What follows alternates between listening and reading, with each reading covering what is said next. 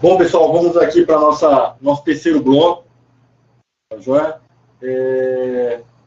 Nesse bloco, a gente vai falar sobre os pacotes, tá? Como é que são gerenciados, instalados os pacotes nas diversas distribuições existentes no Linux, tá bem? E a gente começa aqui, tá?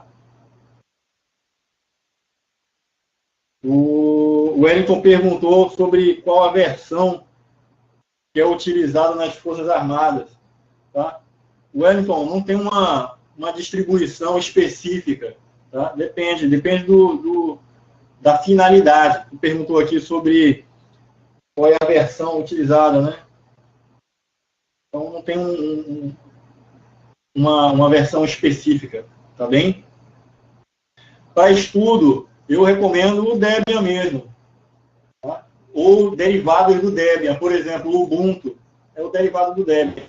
Tá? O Red Hat é dita a melhor distribuição que tem, né, para fins de servidores. Então, é robusta e possui muitas funcionalidades que todos os demais vão ter, mas a comunidade que trabalha com Linux gosta mais de utilizar o Red Hat. Né? Beleza? Então, vamos voltar aqui.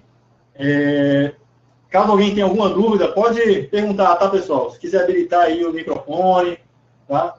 Vamos fazer um negócio sem muita frescura, não, tá bom? Então, falando sobre a instalação de pacotes, tá certo? A gente tem dois principais tipos de pacotes. A gente tem o Debian, que aí a gente tem o .deb, que são pacotes, os arquivos que finalizam com .deb, que são oriundos do Debian. Então, a gente tem várias distribuições do Linux, por exemplo, o Ubuntu. Você vai ver lá os pacotes que você quer instalar módulos ou funcionalidades, você vai baixar um pacote chamado .deb. Tá? As distribuições que são oriundas ali do Red Hat, tá? É o RPM. Então, são os dois principais tipos de extensões, vamos dizer, de pacotes, tá certo? O Debian e o Red Hat com o RPM, tá? Só que existe uma característica específica para a gente que está administrando um servidor e tem a necessidade de fazer a instalação de algum pacote ou remoção. Tá? A localização, da onde aquele pacote se encontra para você poder baixar ele. Tá? Digamos que eu quero instalar o servidor DHCP. Existem basicamente duas formas. Ou eu baixo o arquivo de instalação dele, o pacote, que tem a compilação específica para ser rodado na minha máquina lá, eu baixo ele.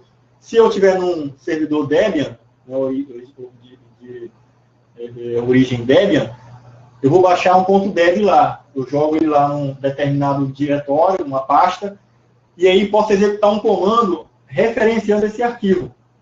Tá? A outra forma é eu fazer a instalação de um pacote apenas referenciando o nome do pacote que eu quero instalar, porque ele vai pegar automaticamente isso num repositório. Tá? Então, ou eu tenho ele localmente, eu baixo ele, faço download e utilizo o comando para instalar ele, referenciando ele num local da máquina, ou eu simplesmente me utilizo de alguma ferramenta que ele mesmo vai procurar isso em algum lugar na internet. Aí ele se preocupa em achar esse pacote num determinado repositório, baixá-lo para a minha máquina e executá-lo, né? A instalação dele, de forma transparente para mim. Bastando só que eu instale, diga o nome do pacote que eu quero instalar. Por exemplo, eu vou instalar o DHCP, eu coloco lá um apt-get install DHCP. Então ele vai saber encontrar em qual servidor vai estar aquele pacote lá para ser instalado na minha máquina. Tá certo? Então são os repositórios remotos. A gente vai detalhar um pouco mais sobre isso aí. E para fazer a instalação de pacotes, esses comandos aí são os principais comandos para fazer a instalação de pacotes, tá, pessoal? A gente tem esses instaladores aqui, o apt-get, tá, e o dpkg, são todos dois para o Debian.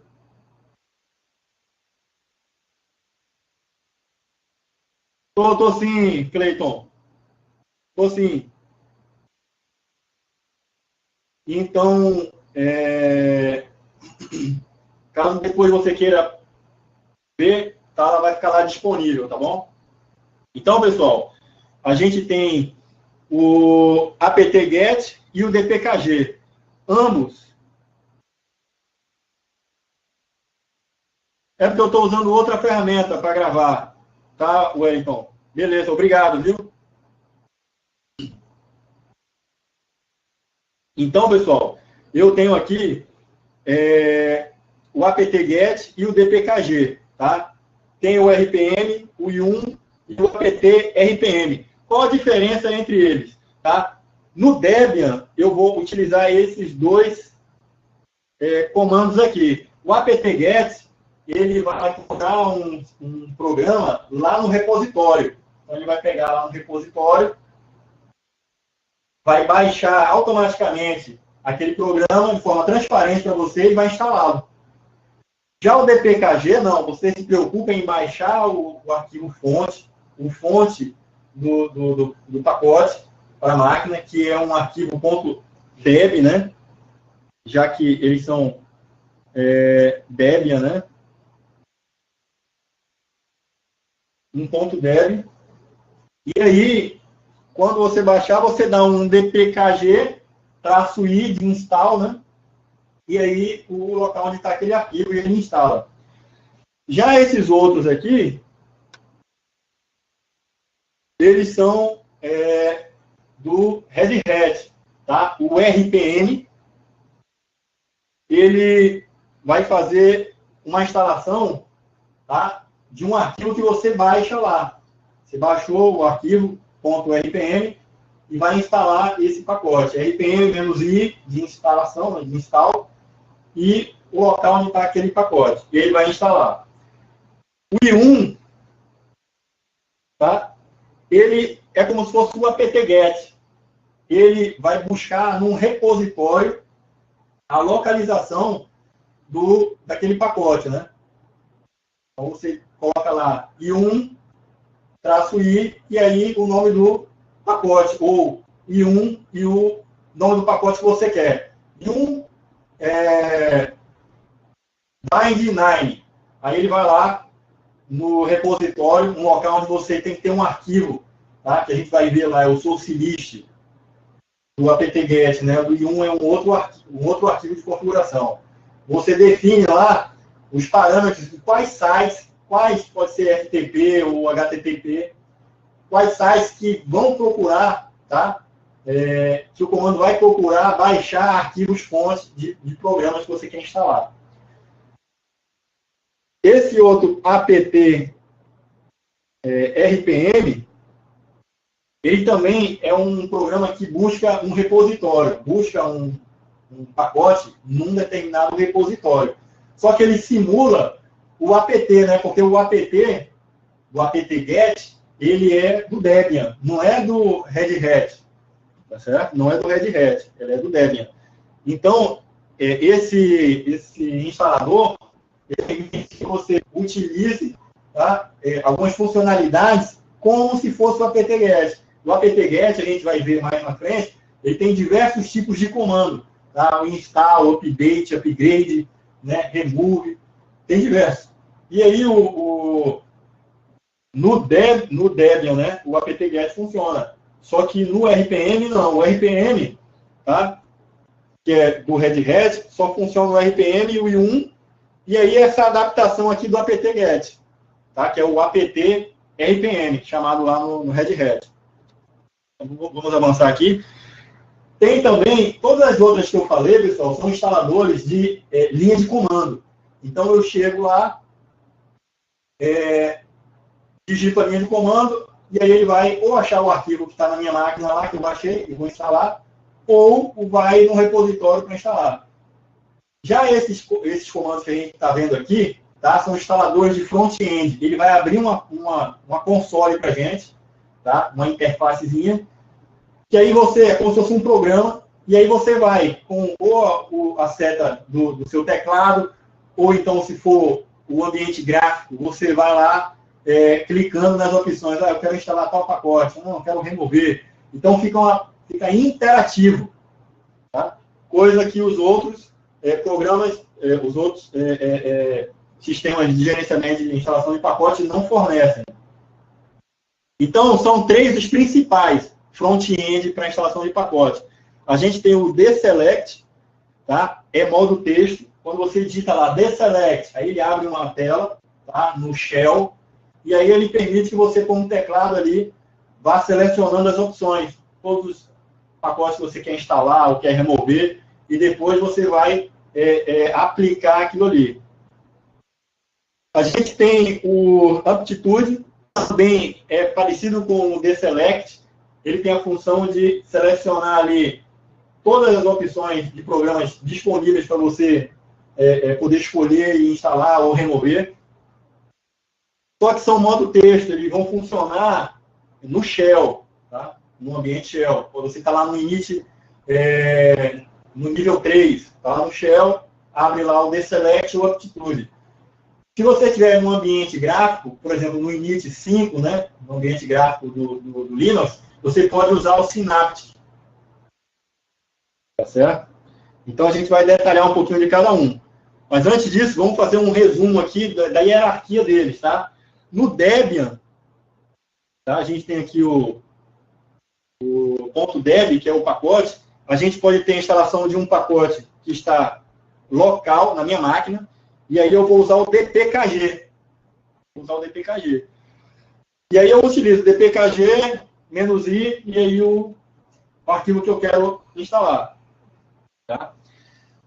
Se eu quero instalar a partir de um repositório, aí eu vou usar o apt-get. Tá? Com o apt-get, basta eu digitar lá apt-get install e o nome do pacote que eu quero instalar. Por exemplo, o MySQL, aqui no nosso exemplo.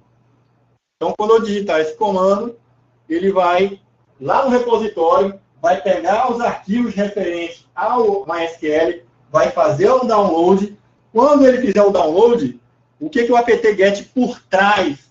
Né? O apt-get é como se fosse uma aplicação. Ele vai rodar, mas o que é que ele vai executar? Por trás, ele está executando o dpkg.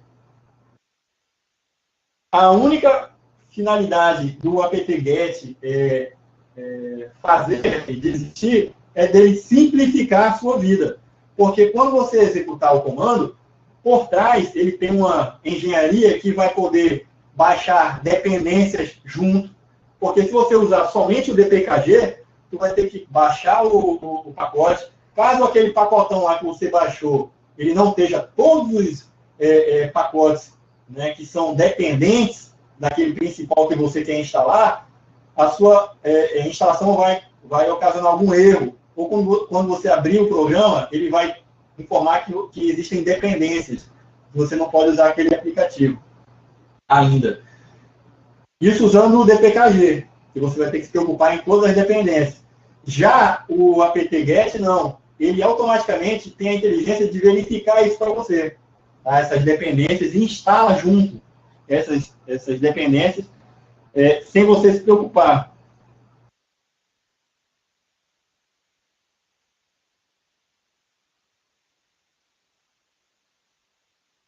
E aí, no Red Hat, a gente vai ter, para instalar um pacote localmente, a gente tem o RPM, tá? E aí a linha de comando para instalação é o RPM, -i e o arquivo que você quer instalar, sendo que ele está localmente. Se eu quero baixar um programa e instalar ele de forma um pouco mais dinâmica, se preocupando com a questão das dependências, aí eu utilizo o yum ou então o apt-rpm. Que o apt-rpm, como eu já falei aqui, ele é uma versão do apt-get, né? para o Red Hat. E aí aqui a linha de comando que eu posso dar, tá?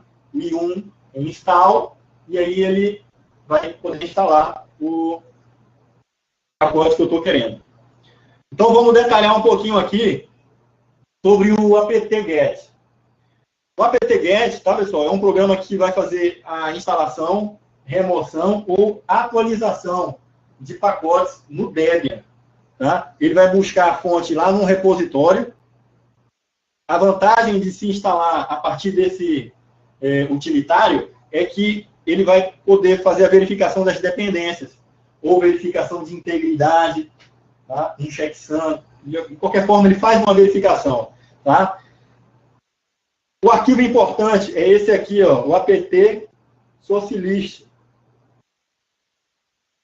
que fica dentro do etc. Né? Lembra que o diretório etc é aquele diretório que tem todos os arquivos de configuração. Então, etc/apt/source.list, esse cara, ele vai ter lá diversos endereços de sites, na verdade, do repositório dele, seja ele FTP ou HTTP, de forma que todo aquele pessoal que desenvolveu alguma solução no Linux, certo? Algum módulo, lembra que o princípio do Linux é você dar disponibilidade nas alterações que você fez. Então, quando você desenvolve um módulo, ou aquele módulo lá é um módulo público, existe um local onde se coloca lá a versão mais, o release estável, né? Então, esse repositório, por padrão, ele já tem as entradas lá nesse arquivo socialist para esses repositórios padrão.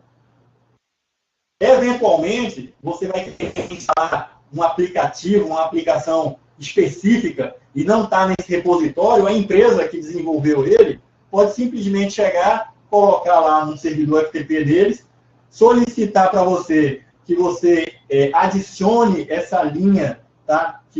que faz referência ao servidor deles.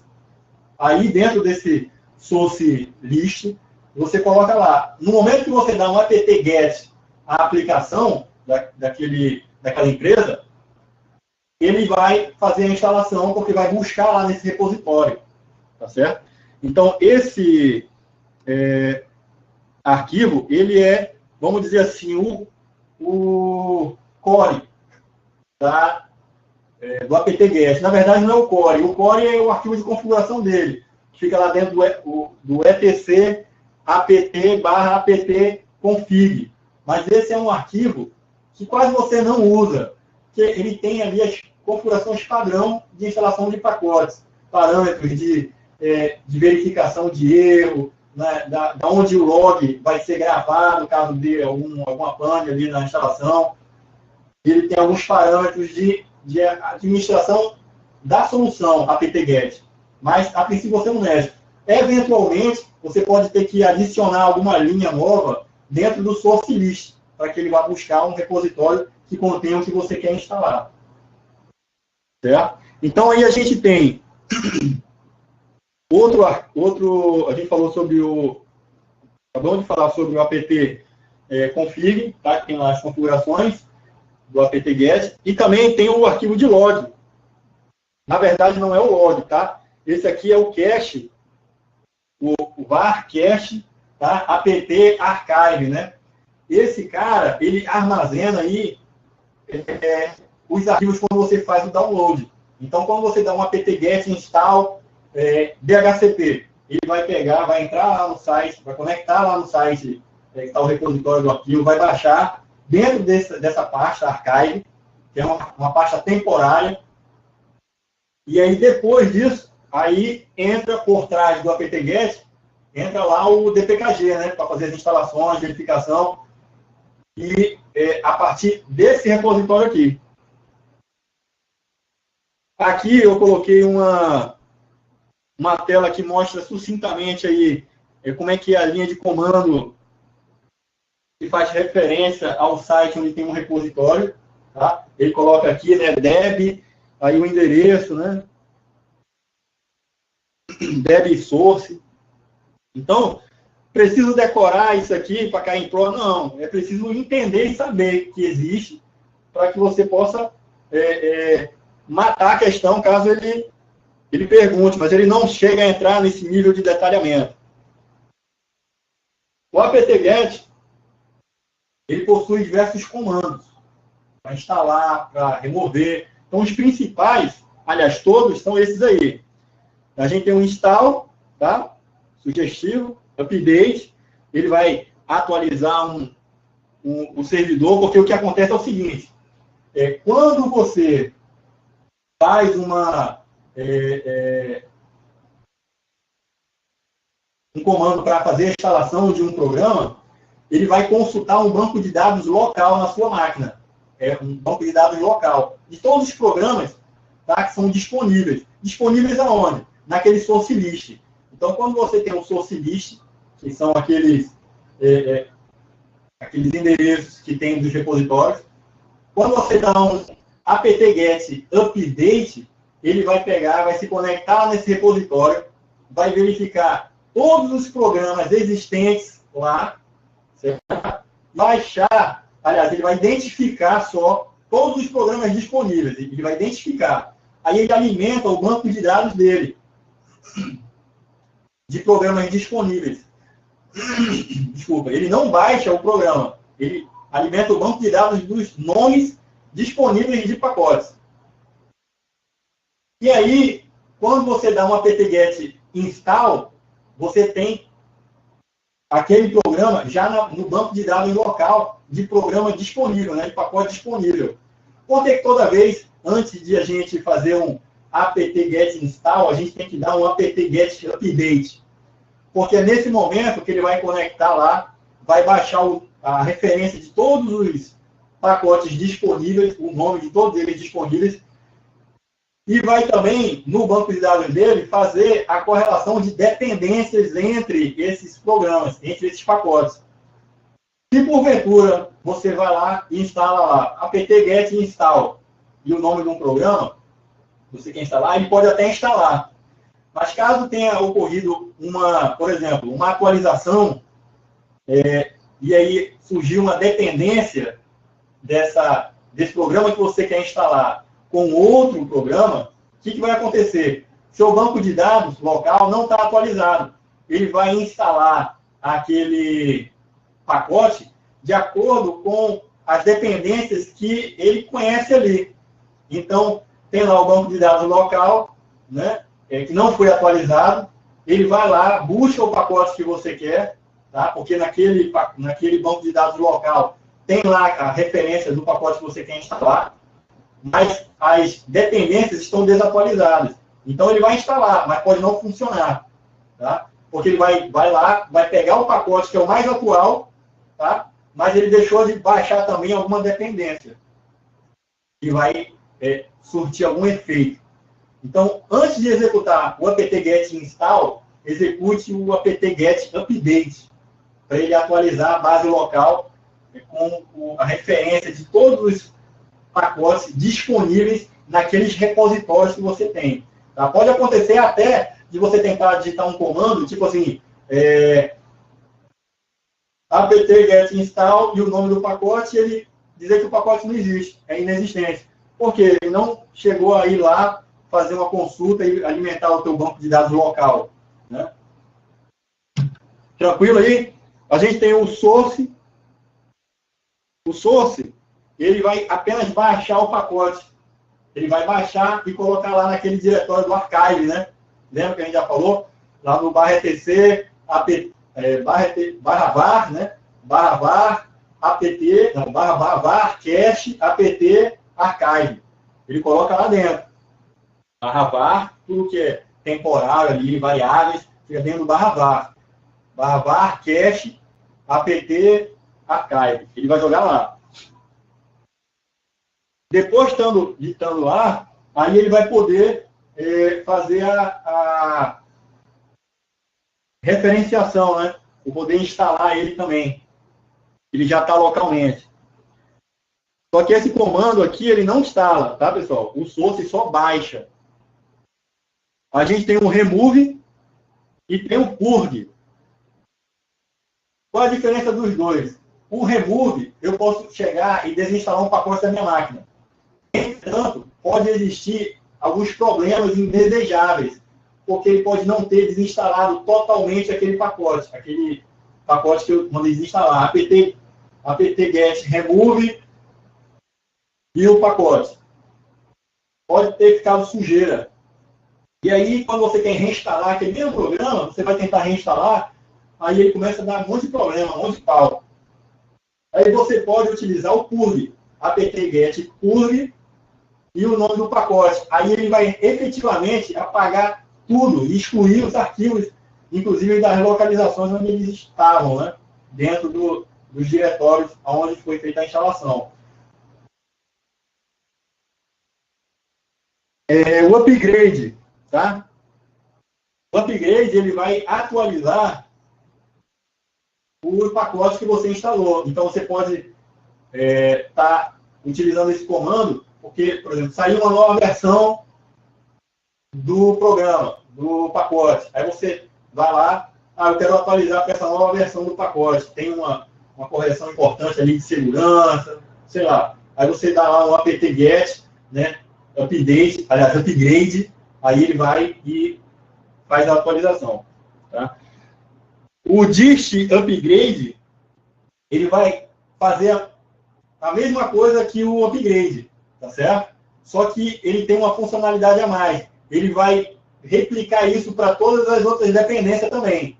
Tá? Então, ele faz uma atualização mais completa daquele pacote.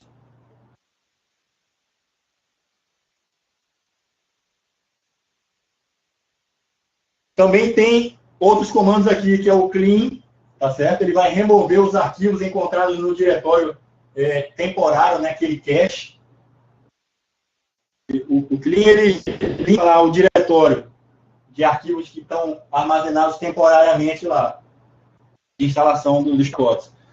O auto clean, você vai poder fazer essa remoção de pacotes antigos. Então, eu posso chegar, tá, e definir ali que ele seja executado, por exemplo, uma regra lá, para ele constantemente ficar fazendo essa remoção de pacotes que estão lá dentro do archive. Tá certo? O check, ele vai fazer uma verificação de dependências, se há dependências. Então, por exemplo, eu vou instalar um pacote e aí quero ver se ele tem alguma dependência com outro. Se não tiver, e esse pacote estiver disponível no meu banco de dados lá, eu posso instalar ele sem precisar dar o update, né, no banco de dados lá. Ou então, quando ocorre algum erro, se for instalar, né, ou deu um erro, aí vou fazer a verificação. Aí ele vai fazer novamente uma avaliação mais precisa daquele problema lá e tentar resolver. O check, ele serve para isso também. Então, quando existir dependências que indicarem que você precisa fazer um update, tá? Aí você vai pegar e vai executar lá o apt-get update para atualizar a lista de dependências, tá? Porque não está completa. Vamos dizer assim, ele indica lá para você, usando esse parâmetro check, né, esse comando. E tem o build dep, ok? Então, esse build dep, ele vai construir dependências. Eu posso chegar, eu tenho um pacote, e aí eu posso definir que esse pacote aqui, ele só pode ser instalado se instalar aquele outro lá. Eu indico para ele manualmente. Eu construo essa dependência. Aqui está a sintaxe do comando, tá? apt-get, o comando e o nome do pacote. Aqui 2 exemplos, eu instalando o nano, né? E removendo o REI. apt-get. A gente tem, certo, pessoal? Além dos comandos, a gente tem parâmetros, opções do comando. Só que essas opções são internas do comando.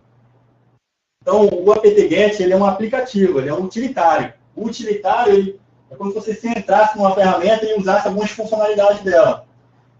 Só que o comando em si, ele tem opções, parâmetros específicos do comando. Ele não diz respeito à instalação propriamente dita. É coisa interna do comando.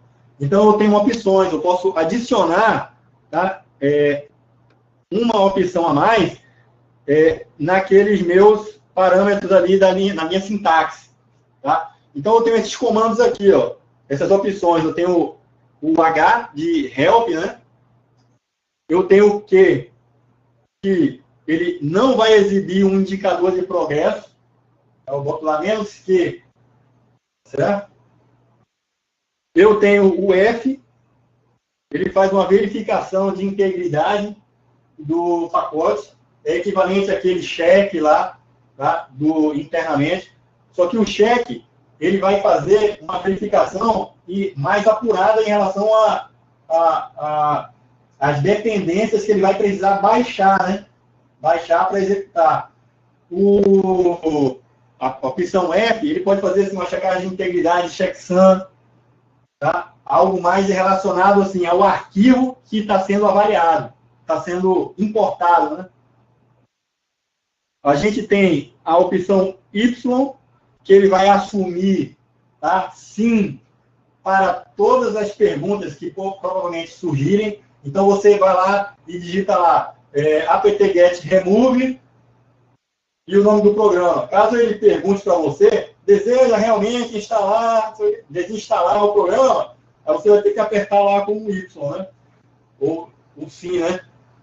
Então, caso tenha várias outras dependências, ele possa, porventura, perguntar, deseja instalar mesmo que, né, seja removido tal dependência, aí você assume sim para todos, ele não vai perguntar mais. Quando você der o apt-get remove, né, -y e o nome do pacote, aí ele vai desinstalar ele. Tá? O D, tá, ele vai fazer o download do pacote sem instalar ele. Tá certo?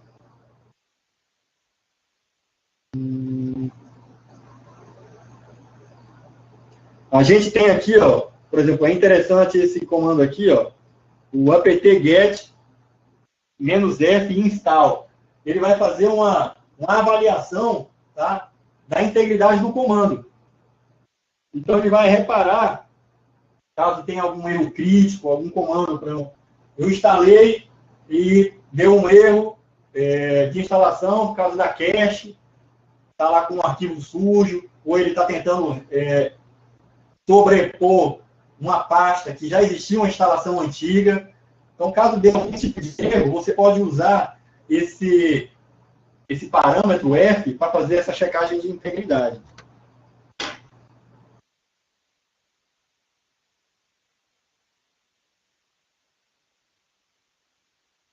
Outro comando também desse comando de instalação do app seria o do CD-ROM. Esse comando, o que é que ele faz? apt CD-ROM. Não tem um source list, o arquivo lá, /etc, /apt, /source.list, ele adiciona uma linha lá para ele fazer referência ao CD-ROM. Então, o CD-ROM é lido nesse momento que você executa esse comando, e aí ele vai ler todos os pacotes que existem dentro de um CD-ROM. Tá certo? E aí vai poder colocar referências dentro do teu source list para o CD-ROM. No momento que você executar lá um apt-get install e o nome do pacote, se o pacote estiver dentro do CD-ROM, ele vai usar o pacote no CD-ROM. Ele não vai lá na internet e vai tentar buscar lá. Bem?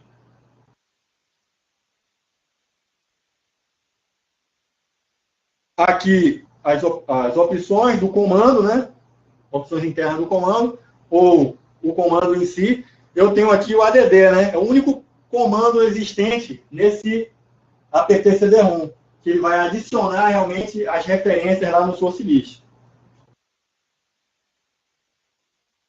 O apt cache, tá certo? Ele vai manipular a cache de pacotes, justamente aquela lista de possíveis pacotes, de pacotes disponíveis para você fazer a sua instalação, quando você dá lá um apt-get. Então, no momento que você dá lá um update, ele vai atualizar um cache de referências de pacotes disponíveis. Aí você tem aqui as opções, tá? Ajuda, o que não exibe barra de progresso, tá? O I exibe dependências, certo? Os comandos que eu tenho disponíveis, tem o PK names, né? Vai exibir o nome de todos os pacotes. Então, eu posso dizer assim, apt cache, né? Aí eu uso esse parâmetro aí, esse, na verdade é o comando, né? É o pkg, né? Names. Aí ele vai dar lá do pacote, né? pkg de pacotes, names. Ele dá o nome, lista todos os pacotes disponíveis na tua máquina.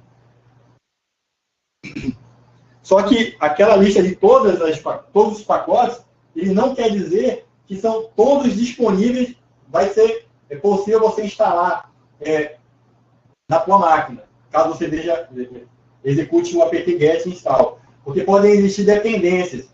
Então, para você listar as dependências, tá? Aí você vai digitar depends, né?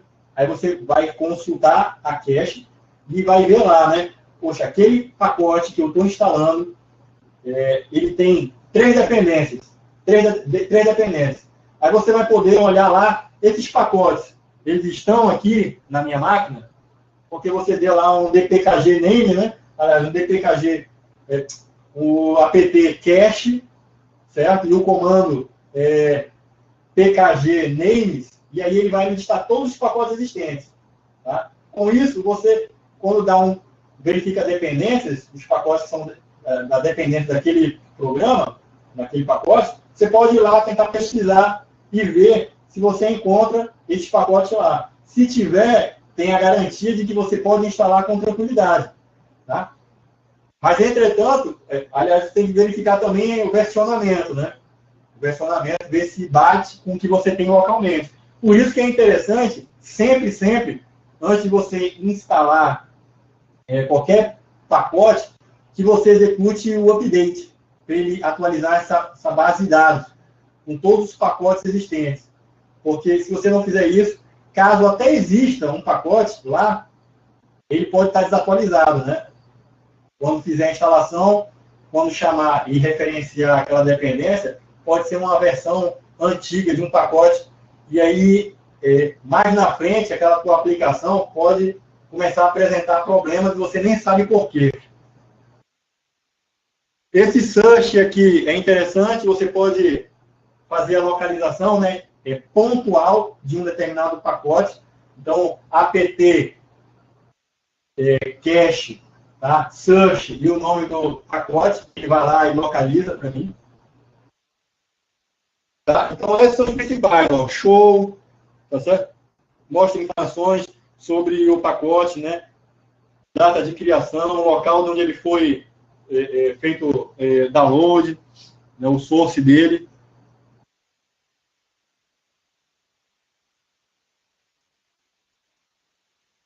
Voltando aqui nos exemplos, né? Então, eu tenho aqui o apt cache -h, ele vai me dar lá informações que ajudam sobre esse programa, né? Esse comando, apt cache. O search Samba, ele vai lá e verifica se o Samba existe no meu cache de programa disponível para poder instalar. Pessoal, pergunta se eu estou falando muito rápido, muito atropelado. Está tranquilo para vocês? Está tendo um entendimento legal? O áudio está bem? Então tá jóia. Vamos dar continuidade. A gente tem o apt config, tá certo? Ele permite para a gente fazer uma configuração do apt config. O apt config é aquele arquivo lá da aplicação, né, do utilitário apt-get, utilitário de instalação. Então, existe o source list, que é, vamos dizer assim, o arquivo que você mais utiliza para apontar onde estão as fontes, né, dos programas que você quer instalar. E também tem o arquivo de configuração em si do apt, que é o apt.conf, né? Fica lá no /etc/apt/aptconf. Então, a gente tem esse comando aqui, para você não ter que entrar lá com o VI ou Nano, um editor de texto qualquer, e mexer nas configurações, você pode usar esse comando para alterar parâmetros. Então, eu tenho aqui os comandos, tá, internos do comando, ajuda, tipo da versão, tá, um arquivo de configurações. Esse comando C aqui, eu posso apontar qual é o arquivo, né? Então, chego lá e digo o caminho do arquivo, onde se encontra o arquivo de configuração do apt. E os comandos, efetivamente, são shell e dump. Tá? O shell eu posso fazer para fazer uma alteração na configuração do apt no shell, tá certo? E eu posso também fazer um dump, que na maioria das vezes que aparece esse nome dump, está relacionado a fazer um backup, né? A fazer uma cópia. Mas isso aí, ele exibe para você as configurações do meu apt, sem que me permita eu estar fazendo qualquer tipo de configuração, alteração, né? A gente tem o apt setup, tá joia? A gente pode chegar, tá, e configurar o repositório, mexer no repositório usando esse comando aqui. Então, eu posso chegar e definir que para um determinado pacote específico, ao invés de eu ir lá e adicionar a linha manualmente para o repositório, lá no source list, eu uso esse cara aqui.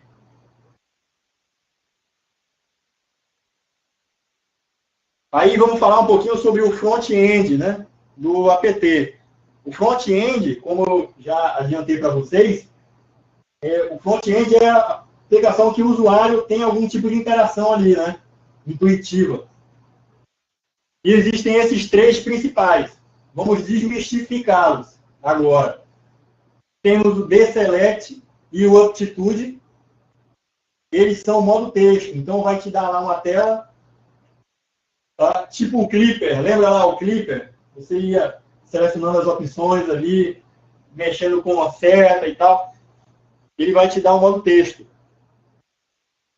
E aí a gente tem também o Synaptic, que o Synaptic, ele é o modo gráfico, tá? O ambiente gráfico. Quando você vai lá naquela ferramenta de instalação e remoção de pacotes, que aparece pela interface gráfica, aquele cara é o Synaptic.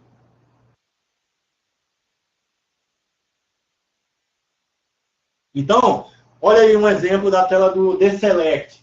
Tá? Então, quando eu abro o deselect, ele me dá diversas opções na janela, de forma que eu posso estar interagindo e escolhendo ali os pacotes que eu quero instalar ou remover. Tá joia? Isso aqui é uma tela de exemplo, onde eu posso marcar os pacotes, tá certo? Para fazer a instalação.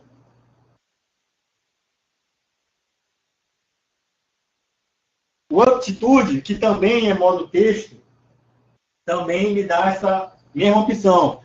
Ele me dá lá menus, opções, onde eu entro dentro daquele pacote e vejo ali algumas informações. E ao final eu posso marcá-lo para fazer instalação, para remover, né, purgar aquele meu pacote.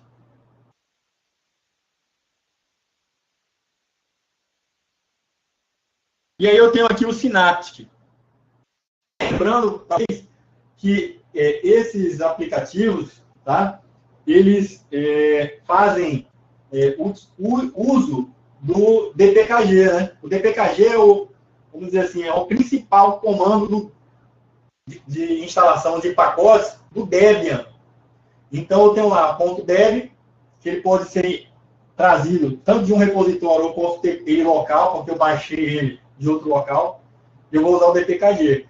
Só que eu vou ter alternativas para instalar. Ou uso apt-get para fazer a instalação, ou utilizo esses utilitários, que são front-ends, para poder fazer essa instalação.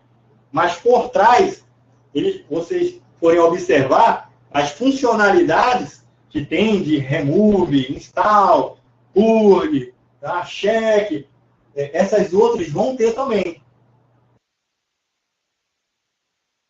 Só lembrando que o Linux é uma evolução, né? Então, a gente tem sempre melhorias que fazem uso de coisas antigas. Pô. Aí a gente vai falar aqui um pouco sobre o dpkg. O dpkg, diferente do apt-get, ele busca localmente o arquivo, né? Então, eu tenho que ter baixado antes o .deb. Falando aqui que ele é o core do apt-get. O apt-get faz uso dele. A busca dos arquivos fontes para fazer a instalação, ele é local. Ele não instala as dependências automaticamente. Essa é uma desvantagem. Enquanto o apt, ele, por trás, ele faz uma verificação de dependência, porque ele tem uma programação específica para fazer isso daí. O dpkg não, é puro e simples. Instale o pacote, tá? Que ele vai pegar e vai descompactar aqueles pacotes nas pastas, né, específicas, vai fazer a criação das variáveis que aquele pacote exige, tá joia? Para que funcione o programa. Então, a gente tem aqui, ó, esse último item aí, que é uma desvantagem, né? Ele deixa de contar com aquela funcionalidade de avaliação de problema que o apt-get tem. O dpkg é você se virando. Você vai lá, dá um dpkg, deu erro, aí deu erro por quê? Dependência tal. Você vai lá, tem que baixar também aquele programa, aquele pacote, instala, entendeu? Então, você tem que fazer uma verificação. Pelo dpkg, você tem um parâmetro lá dele que faz a verificação também de dependências, e aí você vai ter que se preocupar em baixá-las, para poder instalar manualmente também. Então, vamos lá. Aí a gente tem aqui as opções, né? I para instalar, R, remover. O P vai fazer uma desinstalação e remover todos os pacotes. É como se fosse o purge do apt-get. Tá? Então, você efetivamente não só remove as referências daquele pacote, como também todos os arquivos que ele fazia menção. O L, tá, vai exibir os pacotes, tá certo? P, informação sobre o pacote, tá joia? O dpkg-L, ele vai verificar todos os pacotes que estão ali instalados na tua máquina, tá? Todos que estão instalados. A gente tem o S, que exibe o status do pacote, e um help.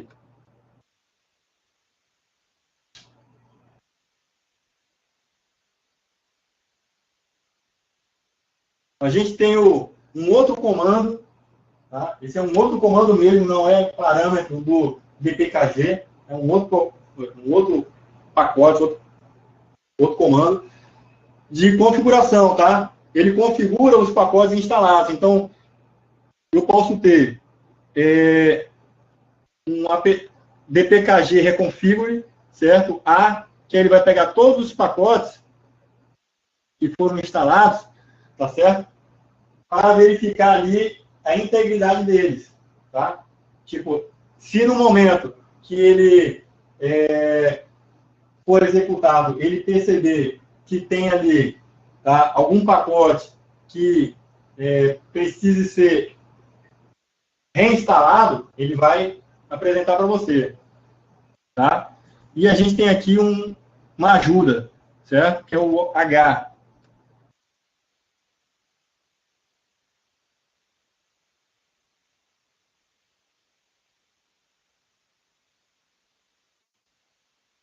Outra coisa também interessante do DPKG Reconfigure é que se você executar e apontar o pacote, ele é como se fosse fazer uma reinstalação, né? Ele pode sobrescrever uma instalação anterior.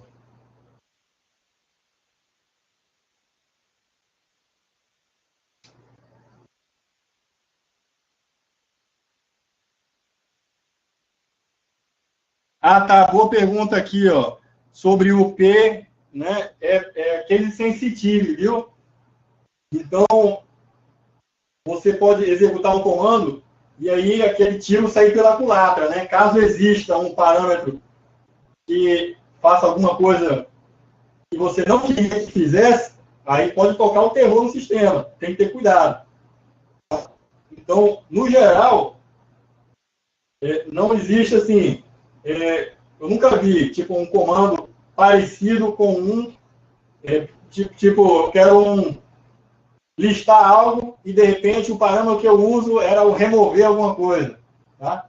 Mas pode acontecer, tá? Alguma coisa nesse sentido, porque a gente não tem um domínio, digamos assim, de todos os códigos e alterações que os desenvolvedores fazem nas aplicações. Então o cara pode embutir ali um parâmetro, ele pode embutir um parâmetro que a princípio não está nem listado aí no help do comando, mas que faça alguma ação sim. Então é case sensitive, a gente tem que ter esse cuidado aí, tá?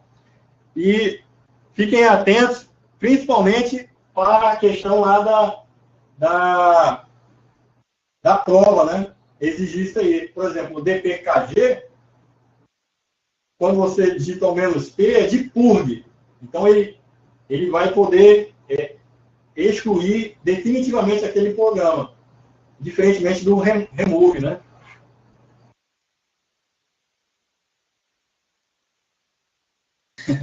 É sim, Edilson. É tenso o negócio. Então, a gente tem... a gente falou sobre o Debian. Tá? No Debian, a gente tem o DPKG e tem o apt-get para fazer a instalação. Um utiliza arquivos localmente e o outro remotamente, em repositórios. Agora a gente vai ver o RPM. O RPM é do Red Hat. E no Red Hat, a mesma coisa, mesmo conceito vocês têm em mente. Que vai ter um comando que eu vou instalar programas que estão localmente na minha máquina e eu posso tentar buscar algo que esteja remoto, como um repositório. Tá? O RPM, ele é o equivalente ao DPKG. Tá? Remontando aí, se vocês forem, para ficar fácil de decorar, qual que é o que vai buscar em repositório, qual que é local. É só você remontar a história do Linux, né? Lá atrás. Então, os principais distribuições eram o Debian, Red Hat. Então, o Debian é o DPKG, né? O Deb, né? Os arquivos.deb. Então, primeiro surgiu esse programa ali de linha de comando, os programadores lá, ó, né, fazendo. Depois vieram as ferramentas para facilitar a vida do cara. Né? O apt-get veio depois. Então, ele, para facilitar, vai lá buscar no repositório. Não precisa o cara ter que ficar baixando todos os pacotes, dependências e tudo mais. Então, é evolução. Do RPM, do Debian, é o DPKG e o apt-get. Já para o Red Hat, aí a gente tem o RPM, tá? A gente pode até fazer correlação aí, né? Com o Debian, tem o DPKG, tem o D no meio, né? Começa com D. O Red Hat tem o R, né? Não começa com R, o Red Hat, mas você pode lembrar aí, né? Fazendo menção aí. Então, tem o RPM. Aí o RPM é do Red Hat. E o RPM, ele é o principal, foi o primeiro programa específico para fazer instalação de pacote. Depois dele surgiram outros, evolução dele. Então, a princípio, ele é o comando que você vai digitar ali na munheca mesmo, na mão, para poder fazer a instalação. Depois veio a evolução para outro. Então, o RPM, eu tenho que apontar lá onde está o arquivo. Se eu estou no mesmo diretório onde ele está, então eu dou um RPM, tá? -i, e aí o nome do arquivo, e aí ele vai instalar, caso ele esteja localmente, no mesmo diretório. Se não, eu coloco barra e vou botando até onde o caminho dele se encontra, tá? Então, ele vai buscar numa fonte indicada por mim, localmente, procura por dependências automaticamente, tá? Ele, diferentemente lá do DPKG, lá, que não fazia essa verificação de dependência, inicialmente, o RPM faz, né? De forma mais apurada. E aí, vamos ver aqui os parâmetros, né? Eu tenho instalação, exibe, tá, o detalhe da minha instalação, ele vai lá dar para cada pacote ou dependência que ele for fazendo a instalação, ele vai botando linha a linha o que ele está fazendo durante a execução do comando. Tem esse H aqui, que é o hash, H de hash, tá, pessoal? Então, ele vai colocar lá aquele cerquilha, né, para indicar o progresso da instalação, até 100%, né? O RPM, -U, maiúsculo, ele vai fazer a atualização, update, né, update. O E, ele vai fazer a exclusão. Então, cuidado, que é a grande pegadinha. O RPM, ele não utiliza o R como sendo o de remove. Ele utiliza o E de exclude. Tá? Então, tem outras opções do comando RPM, que é o NoDepth, tá? Ele faz ignora a verificação de dependências. Então, quando eu estou lá fazendo a instalação, utilizando o RPM, digamos que ele deu um erro lá, porque ele espera um determinado pacote que esteja instalado.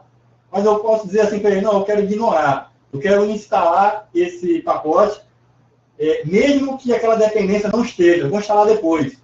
Mesmo que o meu programa fique dando erro, se funcionar, eu vou ignorar. Não quero aquela outra dependência, não. Eu posso fazer isso? Posso, usando esse NoDepth, tá? Que ignora a dependência.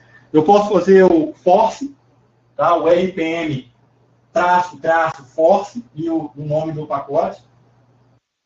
Aí ele vai pegar e vai forçar a instalação. Caso dê algum erro durante o processo de instalação, eu posso dar esse programa, essa opção para forçar. Eu tenho o import, que é uma outra opção que me permite fazer referência a um certificado. É uma proteção a mais do programa RPM que os outros não têm, né? Pelo menos aquele do Debian. Fazer uma verificação de certificação. Então, digamos assim, eu chego e vou instalar lá com o Debian, lá o apt-get. Eu dou um apt-get e instalo em um programa. Digamos que o repositório aonde aquele programa, o apt-get, foi buscar aquele pacote que eu estou instalando de programa, ele foi buscar numa fonte não segura. Foi lá num outro servidor que, de repente, ali um hacker botou lá um endereço padrão, um comando ali, e botou lá um outro repositório que tem uns programas que ele alterou ali, botou um código malicioso. E aí você vai, quando instalar aquele pacote, vem alguma coisa suja ali. Vem com algum código sujo. Para evitar esse problema que o Debian tem, o RPM tem isso daí. Você pode dizer que fazer o uso de um certificado que vai garantir para você que aquele pacote realmente é o pacote específico, né, que você quer instalar. Então, como é que você vai fazer? Eu vou pegar como RPM, eu tenho que ter o arquivo local, asterisco.rpm, na minha máquina, e eu quero instalar um programa, eu solicito lá o desenvolvedor dele, ou a empresa, sei lá, na internet. Só que aquele programa, aquele pacote, ele tem lá uma garantia de segurança, ele me disponibiliza um certificado. Então, eu pego, baixo ele também, aquele certificado. Na hora da instalação, eu pego e boto esse import e boto o certificado. Aí ele vai fazer a verificação de integridade daquele pacote que eu estou instalando. Aqui, 2 exemplos, um com instalação e o outro com o exclude, né? A remoção do Samba. E aí a gente entra aqui com o apt RPM. Como eu falei para vocês, o Red Hat, que é uma distribuição muito conceituada para servidores, ela a princípio tem ali o RPM, que é só linha de comando, você vai lá e executa determinada instalação de pacotes, mas eu também tenho como instalar a partir de uma fonte externa, utilizando aquele conceito lá do apt-get, né? Do apt. O apt vai lá no repositório e busca. Como o RPM não tinha esse cara, e os desenvolvedores do Red Hat acharam bacana a ideia, então criaram o apt-RPM. O apt-RPM, como é que ele funciona? Ele vai funcionar com arquivos de extensão do RPM, que é do Red Hat, claro, né? É um programa adaptado, tá certo? E vai buscar lá no repositório. Só que o grande X da questão é que existe o aplicativo que se chama apt-shell. É a partir dele que você vai poder fazer as instalações. Você instala ele lá na tua máquina, o apt-rpm, tá? Vai estar instalado lá. Mas o programa que você vai utilizar é o apt-shell, dentro do Red Hat. Quando você digitar esse comando, aí ele salta, ele entra dentro de uma consolezinha, tá? Para você pegar e administrar. E aí você vai digitando ali os comandos. Então, quando eu digitei aqui, ó, apt-shell, ele colocou lá, né? Lendo a lista de pacotes, né? Que aí ele vai buscar numa fonte específica. Ele vai construir a árvore de dependências. E aí, dá uma mensagem de boas-vindas, tá? E aí te dá aqui, ó, tá? A primeira linha para você digitar o que você quer. Então, quando eu digitei ali, ó, help, quando eu digitei help, ele me deu todos os possíveis comandos que eu posso entrar dentro desse utilitário aqui. Tem o ls, tá? Para listar os pacotes, update, tá? Eu tenho um install. Se eu digitar aqui, ó, install Samba, aí ele vai instalar o Samba. Tá? Eu tenho um commit, que aí vai efetivar, tá? Porque quando você coloca assim, ó, install Samba, ele vai marcar aquele pacote para instalação. Mas somente quando você dá o commit, tá? Lembrando aí de banco de dados, é que ele vai realmente commitar, ele vai realmente gravar aquelas ações que você fez. E depois você pode dar um kit, né? Aí você sai dessa tela. Tá? Outra coisa também importante é que no Red Hat ele permite que a gente utilize o Synaptic, tá certo? E o Aptitude. Que o Aptitude a gente já viu que é o front-end, né? De forma textual ali, tá? Usando o teclado, com tab, com seta, tá? E o Synaptic no ambiente gráfico. Porque quando eu instalo ele, tá? Eu vou lá dar ou um RPM, ou um apt-rpm, né? Utilizando o apt-rpm, eu posso dar um apt-shell e instalar o Aptitude e o Synaptic. Porque quando eu instalar ele, esses programas, tá, de forma gráfica ali, e intuitiva, vão se utilizar do apt, né? Do apt RPM, que é a forma interativa aí de fazer a instalação deixando num repositório.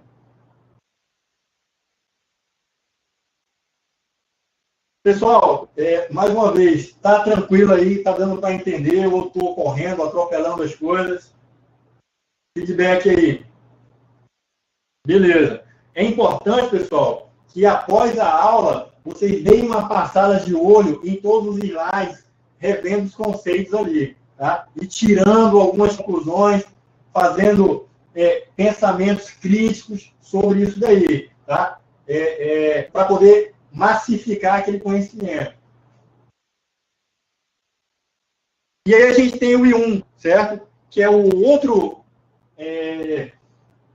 comando utilitário que tem o Red para poder fazer instalação de pacotes buscando no repositório. Então, o repositório lá, ele vai fazer isso também. Tá? Ele vai pegar os arquivos RPM, vai baixar e vai executar o RPM de forma transparente ali para você. Faz a verificação de dependência também, tá? Um arquivo importante é esse aqui, ó, o etc, vou aí, né, pessoal? Lá no barra etc, né? O etc i1, tá? repo.d, esse cara, ele é o repositório. Então, nele vão ter todas as linhas que indicam quais os servidores têm os arquivos fonte dos programas. Então, também tem aqueles conceitos, né, do update, do upgrade, install. Então, a gente já absorveu que o install vai instalar, o update vai atualizar o banco de dados dos programas. Tá? Para que ele precisa disso? Não, mas tenente, eu não preciso. Se eu instalar o programa, se eu dar um apt 1 install, vai instalar do mesmo jeito. Vai, pode instalar. Mas quando você deixa de baixar o teu computador, dando um update, tu deixa de atualizar o banco de dados de todas as fontes possíveis, de programas possíveis. E aí ele não faz uma verificação correta das dependências. Ele pode até verificar, mas caso exista algo novo, uma versão nova, algo que seja diferente ali do contexto, quando você instalar, pode dar problema. Então, é aconselhável sempre dar um update do seu banco de dados local, tá? Antes de instalar, de fazer o install, né? A gente tem o remove e tem o upgrade. O upgrade, ele vai fazer somente uma atualização do pacote já instalado na tua máquina. Caso tenha uma versão nova, ele vai baixar e vai instalar. Tá? O update é diferente do upgrade. O upgrade, ele dá um upgrade no seu programa, no seu pacote. Já o update, ele vai só dar uma atualizada na base de dados que tem de possíveis programas. E aí a gente tem um exemplo do I1 aqui, de install, né? Instalar e remover. E aí a gente vai fazer uma revisão aqui rápida, que a gente já viu aqui, tá? No Debian, a gente tem possibilidade de instalar local com o dpkg, tá? Então, o arquivo no disco, ou a partir de um repositório com o apt-get. Com o Red Hat, tá certo? A gente tem localmente a possibilidade de usar o RPM.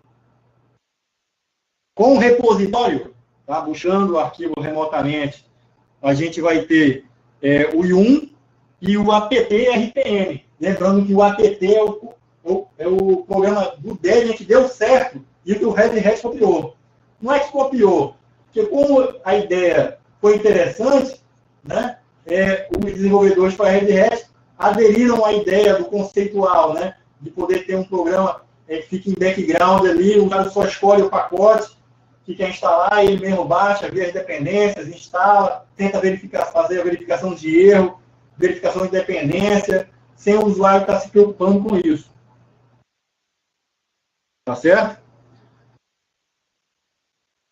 Então, essa mensagem aí, ó, se você quer ser bem-sucedido, precisa ter dedicação total. Buscar seu último limite e dar o melhor de si. Certo? Essa é a mensagem da aula de hoje, que eu sei que vocês que estão aqui, com certeza, estão dando o melhor de si. Estão buscando, tá? O máximo que vocês podem. Eu tenho certeza absoluta que vocês têm capacidade e, muito provavelmente, eu vou lá em Salvador visitá-los lá, ver a entrada de vocês. Eu tenho fé nisso daí, tá? Agora a gente vai fazer aqui uns exercícios, tá bem?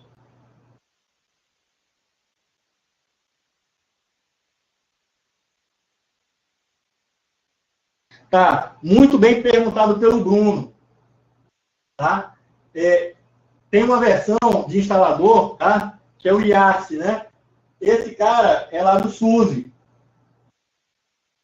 O que a gente tem que se atentar é que as bancas, elas não gostam de adicionar nas provas algo que possa apontar muito especificamente para uma distribuição. Por quê? Primeiro porque, vamos supor, por que eu vou pegar e cobrar um comando desse se o mercado, tá, comumente nos livros, nas bibliografias, eles comentam sobre o APT, sobre o RPM, DPKG. Esse programa, ele existe, beleza, tá? Mas é com uma solução específica. Não que a gente tenha que ignorá-lo, mas o que eu tenho que colocar assim, na mente de vocês é que não percam tempo em soluções que sejam muito especializadas, que é muito provavelmente que a banca não cobre, a não ser que esteja lá no edital, né?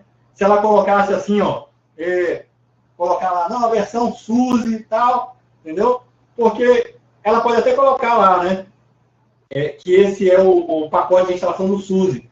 Mas eu acredito que o avaliador, ao colocar um nível de detalhamento, especialização tão detalhamento, nem é todo mundo que conhece o SUSE, pô, entendeu? Que trabalha, teve oportunidade com o SUSE. Então, ele colocar isso daí é muita maldade, entendeu? Pode acontecer? Pode. Desde que esteja no livro da bibliografia que ele indicou. Se não tiver, provavelmente não seja cobrado. Mas mesmo que esteja, tá? Mesmo que esteja num dos livros ali da bibliografia que ele indicou, se vocês forem verificar lá as questões, o livro de questão, normalmente ele pega do Linux comandos genéricos, algo que possa ser útil e verificável em todas as distribuições. Se é algum comando ou se é alguma funcionalidade que eu posso visualizar em todas as distribuições ou em quase todas, é um padrão, normalmente é cobrado. Normalmente é possível de cobrar. Entendeu? Então, essa é a diferença que vocês têm que ver. Ah, tenente, eu vou ignorar? Não. Se você souber, passou o olho ali, beleza, mas não fica preocupado em decorar, aí decorar lá o parâmetro, não sei o quê. Não. Entendeu? Aqueles que são comandos mais comuns, esses aí você tem que saber. Tá certo? Que foram esses aí que eu trouxe pra gente. Entendeu? Tá beleza? Respondeu aí, Bruno? Então, pessoal, vamos resolver aqui algumas poucas questões, tá? E aí eu vou começar a colocar exercícios para vocês. Qual que é a metodologia que a gente acordou com vocês? A gente vai trazer assunto e ao longo da semana vai soltando ali uns exercícios, né? Na quinta-feira, um simulado. Aí o simulado vai botar para quebrar mesmo, entendeu? Que é para vocês estarem se nivelando, né? Pô, eu fiz o simulado, não fui bem, então você volta e começa a revisar de novo, né? Dá uma expandida naquele seu conhecimento, nessa área que a gente explorou hoje, tá certo? Então, a gente trouxe um conhecimento, mas existem mais coisas, existem mais, tá? Por exemplo, eu fiquei de colocar nesse material de hoje uma parte de bibliotecas, tá, do Linux, e também da parte do kernel do Linux. Só que aí não deu tempo de preparar. Então, o que eu vou fazer? Depois eu vou elaborar mini vídeos ali rapidinho, de 5 minutinhos, explicando, falando, e vou colocar lá. Quando eu colocar disponível para vocês, eu aviso. Pessoal, coloquei lá um PDF que tem uma coisa interessante. Pessoal, botei um vídeo rapidinho lá, falando de um comando, falando de alguma coisa. Entendeu? Só que os exercícios agora vão ajudar vocês a mensurar ali que aquele conhecimento que vocês adquiriram essa semana e vão estar explorando mais coisas aí, pesquisando e tal, seja realmente mensurado. Tá? E a ferramenta vai ficar aberta para que no futuro vocês voltem e aí olhem lá para poder consultar, fazer o exercício de novo. Então vamos lá ao exercício, tá? Para finalizar. 2007. Você tem uma tarefa de configuração avançada a ser realizada no sistema Linux. Você deseja adicionar as informações da placa de rede no processo de boot. O que você deve usar? Então, olha a pergunta que ele está fazendo. Eu quero, no processo de boot, indicar que ele utilize a placa de rede. Então, lembra lá. Tentem fazer. Aí eu explico mais na frente. Vai lá. Mais alguém aí? O Wellington acha que é a D. E aí? Beleza. Por que é o Lilo? O Lilo, ele vai me dar... Por eliminação aqui, eu já poderia descartar FIFO, esse aqui, Diskdruid, tá? É um programa bem antigo, ali na época do... Nem sei se tem mais para essas versões de distribuição. Do conectivo ali, o Chrominho, você Diskdruid para poder fazer reparticionamento de HD e tal. Entendeu? Não era isso? Então, você tem aqui o Lilo, certo? Então, por que é o Lilo? Porque você pode... Ele fala aí, né, de configuração de rede. O Lilo tem uma entradas no Lilo que me indicam aonde eu vou dar o boot. Aonde que eu vou procurar dar um boot. Digamos que eu queira fazer uma instalação desassistida, que é aquela instalação que eu posso fazer referência a um ISO, por exemplo. Um programa lá de fazer instalação numa máquina. Então, eu posso chegar, tá, fazer um apontamento para ele usar a placa de rede num determinado endereço e tentar fazer uma instalação desassistida. Pode.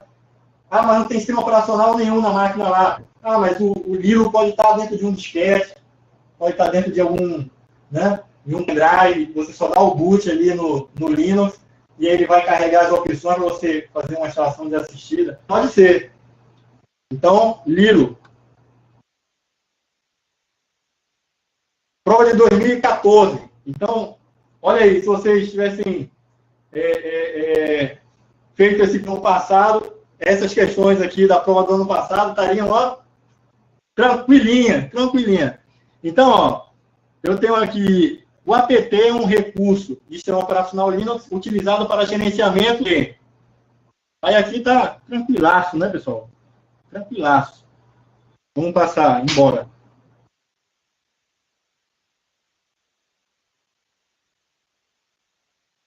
Vocês estão conseguindo me ouvir?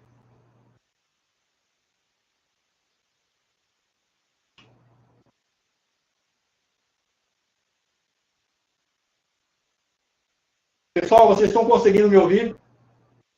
Beleza. Vamos lá. Aqui, pessoal, também, né? Tranquilo.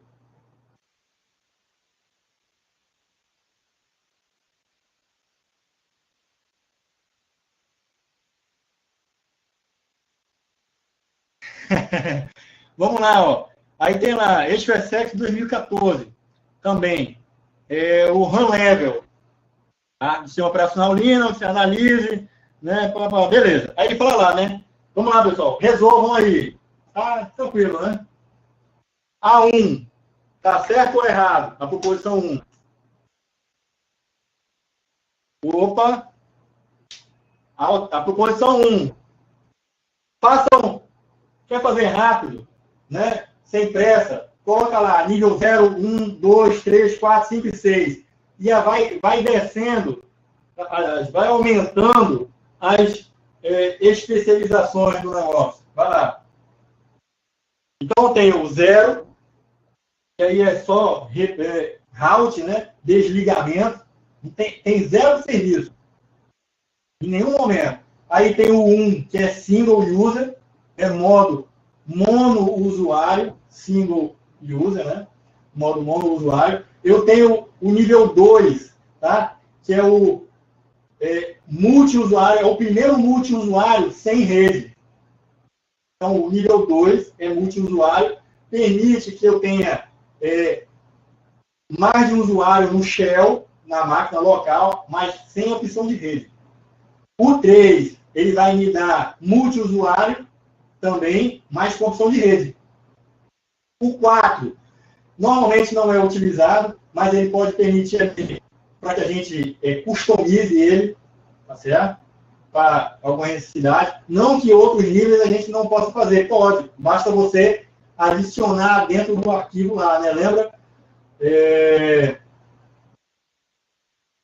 O 5 é modo gráfico, então é multiusuário, tem rede e carrega a interface gráfica. E aí a gente tem o nível 6, que aí faz um loop, né? E aí ele reinicia a máquina. Certo? Então, a gente vai ter como alternativa a letra B.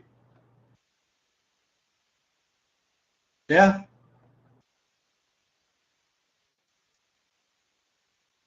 E aí, pessoal, eu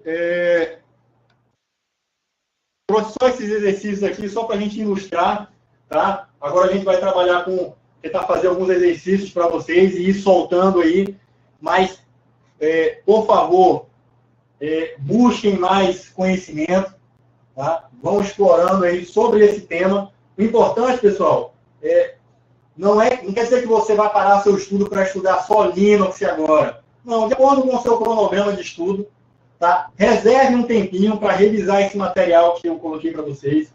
Reserve um tempinho para procurar se especializar um pouquinho mais nessas áreas, tá?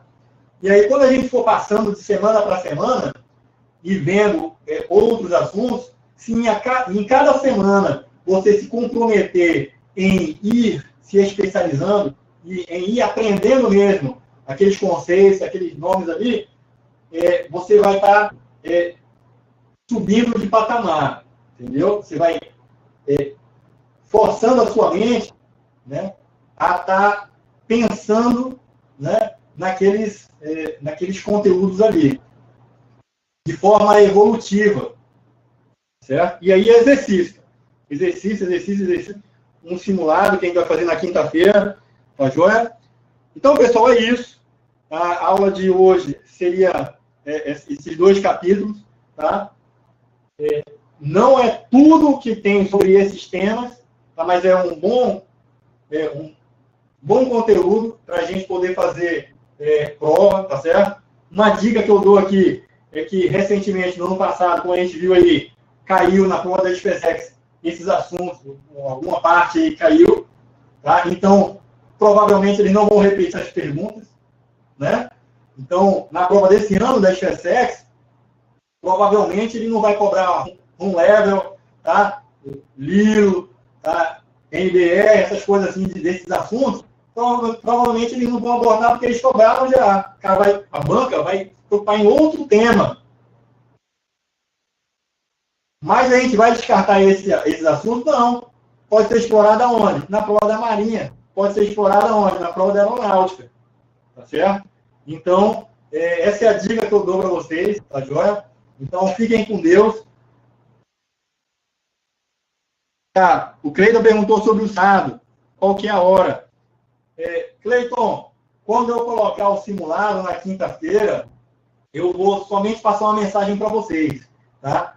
dizendo que está disponível. Aí a pessoa faz o horário que ela tiver disponibilidade. Eu não tenho assim um horário específico. Provavelmente vai ser na parte da noite ali, quando eu chegar do trabalho, né, vou lá, sento e libero, porque eu vou começar a preparar alguns exercícios, vou preparar o simulado e vou deixar ele lá disponível.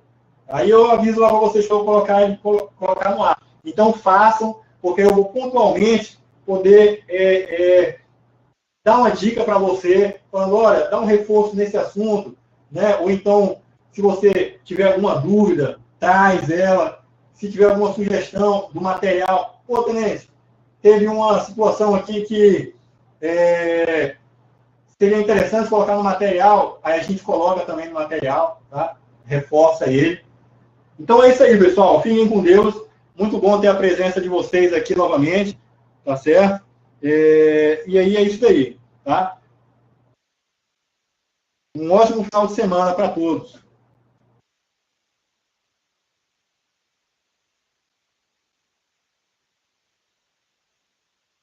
Valeu!